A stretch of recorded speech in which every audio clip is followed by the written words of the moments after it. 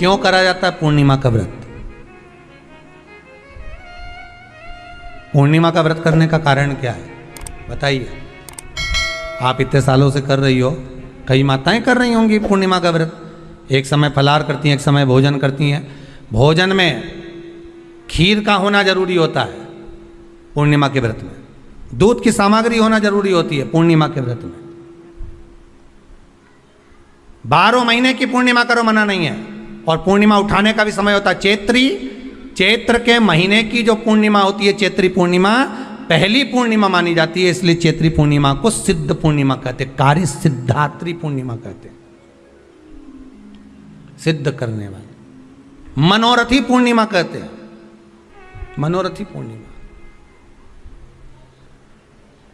इसलिए पूर्णिमा का व्रत कहां से उठाया जाता है? चैत्र के महीने की पूर्णिमा से पूर्णिमा का व्रत उठाया जाता है कि मैं महीने की पूर्णिमा करूंगी तो वो चैत्र पूर्णिमा से उसको उठा लिया जाता है।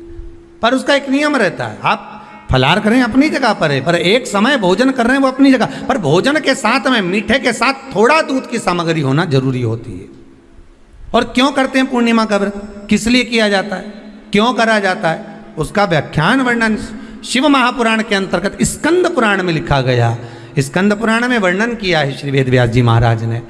कहा ये पूर्णिमा का व्रत इसलिए किया जाता है कि व्यक्ति का जब मन गलत भ्रम में जाने लगता है, मन जब गलत जगह पर जाने लगता है, तो ये मन को गलत जगह पर ले जाने वाला कौन होता है? तो कहा ये चंद्र होता है। व्यक्ति की राशि के अंतर्गत, व्यक्ति की पत्रिका के अंतर्गत, व्यक्ति की ग्रह दशा के अंतर्गत जब चंद्र बेकार चलता है तो व्यक्ति अच्छा करते करते भी बेकार करने लग जाता है।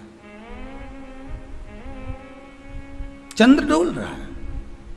कई माताएं कहती हैं गुरुजी हमारे बेटे को आशीर्वाद दीजिए, बहुत गलत संगत में जा रहा है, मतलब समझ जाना कि चंद्र गड़बड़ जा रहा है। बेटी अगर गलत मार्ग पर जा रही है, बेटी अगर गलत संगत में जा रही है, किसी अन्य व्यक्ति की ओर आकर्षित हो, चंद्र गड़बड़ हो रहा है, उसका चंद्र कहीं जा रहा है। कोई पुरुष, कोई लड़का कोई गलत मार्ग पर जा रहा है, चंद्र गड़बड़ हो रहा है। घर में जो क्लेश उत्पन्न होता है, घर में जो विवाद उत्पन्न होता है, उस विवाद को रोकने के लिए केवल चंद्र की ही, इसलिए तो पूर्णिमा घर की नारियां हमारे यहाँ हिंदू धर्म में यहाँ तक स्कंद पुराण में कह दिया कि प्रत्येक पूर्ण, आप लोग का कभी आप लोगों ने सत्यनारायण जी की कथा करवाई है? जितने लोग आस्था चैनल पर कथा सुन रहे हैं, जितने लोग फेसबुक यूट्यूब पर कथा सुन रहे हैं, यूट्यूब पर कथा का श्रवण कर रहे हैं, उनने कभी सत्यनारायण की कथा करवाई होगी। तो उसमें लिखा है हर कार्तिक, हर पूर्णिमा को, हर संक्रांति को ब्राह्मण सत्यनारायण भगवान की कथा या राजा या वैश्य कथा को कराता था या बढ़िया कथा कराता। सुनी कि नहीं सुनी ये बात? सत्यनारायण भगवान की कथा में लिखा है, स्कंद पुराण के अंतर्गत जो सत्यनारायण भगवान की कथा का स्मरण किया उसमें लिखा है प्रत्येक संक्रांति पूर्णिमा को सत्यनारायण की कथा करवाने लगा और ये योनि को प्राप्त हुआ, इस योनि से छूटा, इस योनि में गया। लिखा है, सब कुछ लिखा है।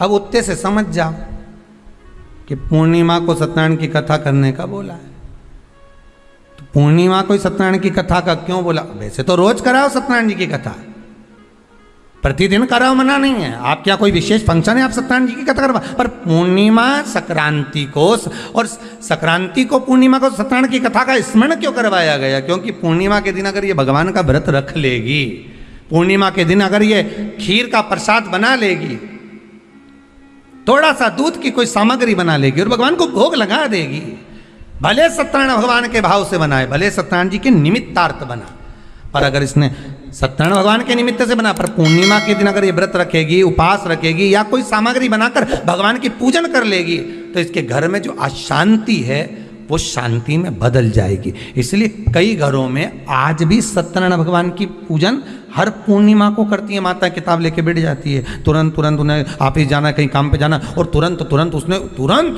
जल्दी जल्दी कलश रखा, कलश नहीं भी रखे तो भगवान की पूजन कर को रखे ब्राह्मण देवता को बुला लेगी, ब्राह्मण नहीं आएंगे तो खुद कर लेगी, पर करती जरूर है। इतना सा आटा सेक लेगी, पंजेरी बनाई, सीरा बनाई, मिठाई रख दो, कुछ भी करेगी पर सत्यनारायण की कथा कर ले। उसका मन लग गया उसमें, मतलब पूर्णिमा को करना है। उसको करने से क्या होता है? शांति रहती है, शीतलता रहती है। जिसके घर में हर महीने की पूर्णिमा को खीर बनती हो, ध्यान दीजिएगा, बहुत सुंदर संवाद चल रहा है, बहुत ध्यान देने वाली बात है। प्रत्येक महीने की पूर्णिमा को जिसके घर में दूध की सामग्री बनती हो, दूध की सामग्री तैयार होती हो, खीर प्रसाद तैयार होता हो, उसके घर में कभी क्लेश नहीं हो सकता। चाहे सास बहू एक दूसरे के सामने वो कहे ना, वो सांप और नेवले की लड़ाई क्यों ना, फिर भी शांति हो जाती है। पर प्रत्येक महीने की पूर्णिमा होना चाहिए। ये नहीं कि तुमने एक महीने की पूर्णिमा पे बना लिया और दूसरे महीने की पूर्णिमा को गायब कर दिया। फिर किसी ने कह दिया आज चूरमा तो बन रहा है, दाल बाटी तो बन रही है चूरमे के साथ में, लड्डू बन रहे हैं, तो काय को खीर बना रही हो? तो तुमने अब वो खीर प्रसाद